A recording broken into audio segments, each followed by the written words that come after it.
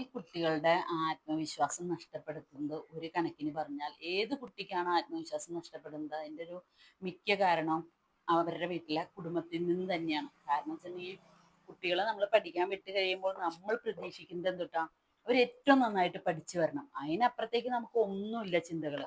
പിന്നെ ഇപ്പോൾ ഒരു പി ടി എ മീറ്റിങ്ങിന് വിളിച്ചു, പിള്ളേർക്ക് ഇത്തിരി മാർക്ക് കുറഞ്ഞാൽ നമ്മൾ വീട്ടിൽ വരുമ്പോൾ പിള്ളേർക്ക് ശരിക്കും പി ടി എ വരുമ്പോൾ പിള്ളേർക്ക് പേടിയാണ്. അതെന്തുകൊണ്ടാണ്? നമ്മൾ കാരണമാണ് അവർക്ക് അത്രയും പേടി. ഇനി പി ടി എക്ക് പോയിട്ട് ടീച്ചർമാരെ ഇപ്പം ഇത്തിരി വഴക്ക് പറഞ്ഞാൽ തന്നെ നമ്മൾ എന്ത് ചെയ്യും? നമ്മൾ വന്നിട്ട് വഴക്ക് പിള്ളേരോട് പറയുന്ന കുറെ കാര്യങ്ങളുണ്ട്.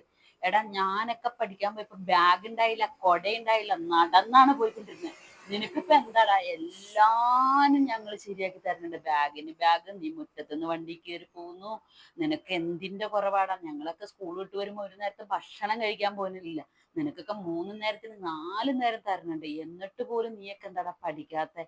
ഞാനൊക്കെ വന്നു കഴിയുമ്പോൾ എന്തോരം അച്ഛൻ്റെ അമ്മയുടെ ഒക്കെ കൂടെ പുറത്ത് പണിക്കൊക്കെ പോയിട്ടാണ് വൈകുന്നേരം ഇരുന്ന് പഠിക്കുന്നത്. സ്കൂളിൽ പോണവരെ ഇന്ന കാര്യങ്ങളൊക്കെ ചെയ്തിട്ട് ഞാനൊക്കെ പോയിക്കൊണ്ടിരുന്നതെന്നൊക്കെ പറഞ്ഞ് നമ്മൾ വഴക്കുറയും. ഇതൊക്കെ ഈ കുട്ടികളെ ഏറ്റവും വിഷമിപ്പിക്കും. അന്നത്തെ കാലത്ത് നമ്മൾക്ക് അതൊക്കെ ചെയ്യണമായിരുന്നു. ഇന്നത്തെ കാലത്ത് അവന്റെ തരക്കാരെല്ലാവരും ഇതേപോലെയൊക്കെ തന്നെയാണ്. അന്ന് നമ്മളുടെ കാലങ്ങളിൽ ഉണ്ടായിരുന്ന ആളുകൾ മുഴുവനും അതേപോലെ കഷ്ടപ്പാടില്ലേ. ഇന്നത്തെ പിള്ളേര് ഇന്നത്തെ രീതിയിലുള്ള എല്ലാ സൗകര്യത്തോടു കൂടി അവന്റെ ക്ലാസ്സിൽ വരുന്ന എല്ലാ മിക്ക കുട്ടികളും ആ സൗകര്യത്തിൽ കൂടിയൊക്കെ തന്നെയാണ് വരുന്നത്.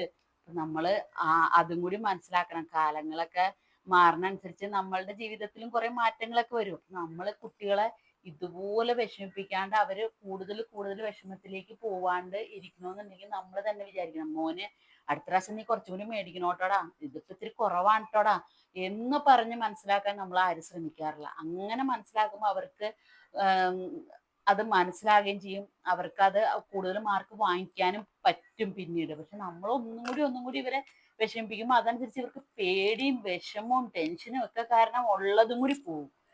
നമ്മൾ തന്നെയാണ് കുറെ മാറേണ്ടത്. ശരിയല്ലേ?